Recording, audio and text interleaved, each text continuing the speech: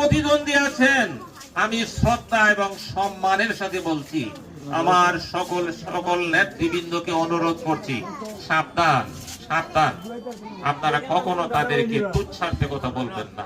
আর আমাদের ভাই আজকে কালকে তাদের আমাদের দরকার। ওই বন্ধুগণ শুধু ক্ষমতায় যেতে চান, আর আমরা ক্ষমতায় যাওয়াটা আমার শেষ নয়। এই জাতি আমরা ক্ষমতায় যাওয়ার পরেও এই দেশের ভিতর এবং বাহির থেকে শত সহস্র ষড়যন্ত্র করা হবে।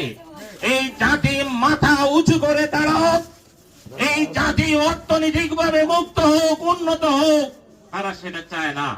তারা চাইলে তারা অবৈধ অর্জন সম্পদের যে পাহাড় করে তোলা হয় সেটা তাদের জন্য সম্ভব হবে না।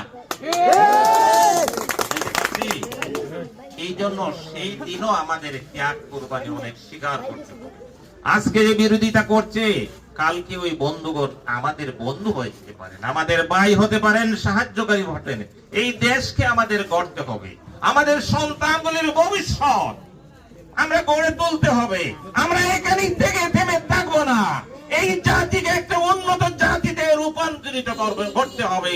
বিশ্বের দরবারে এই জাতি আমাদের যুবকরা, ছাত্ররা মাথা যাতে উঁচু করে দাঁড়াতে পারে, অন্য দেশে গিয়ে ভিক্ষা করতে না হয়, অন্যদের চাকরি করতে না হয়, আমাদের দেশে আসিয়া উন্নত দেশের মানুষগুলি যাতে এখানে চাকরি করে, এমন একটা উন্নত পর্যায়ে আমরা নিয়ে যেতে চাই।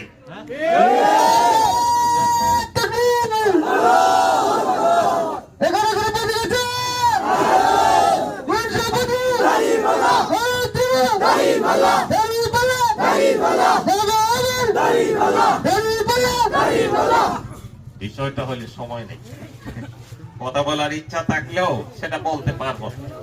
আমারই তো বন্ধুগণ সব জানেন না, সব জানেন।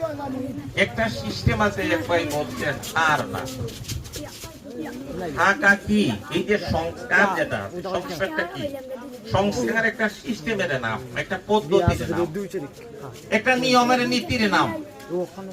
একটা নীতিতে দেশ চলছে, যে নীতিতে চলে ঘুষ হয়, যে নীতিতে চললে 1 কোটি টাকার কাজ 10 লাখ টাকা দিয়ে করেও পার পাওয়া যায়, কথা ঠিক না?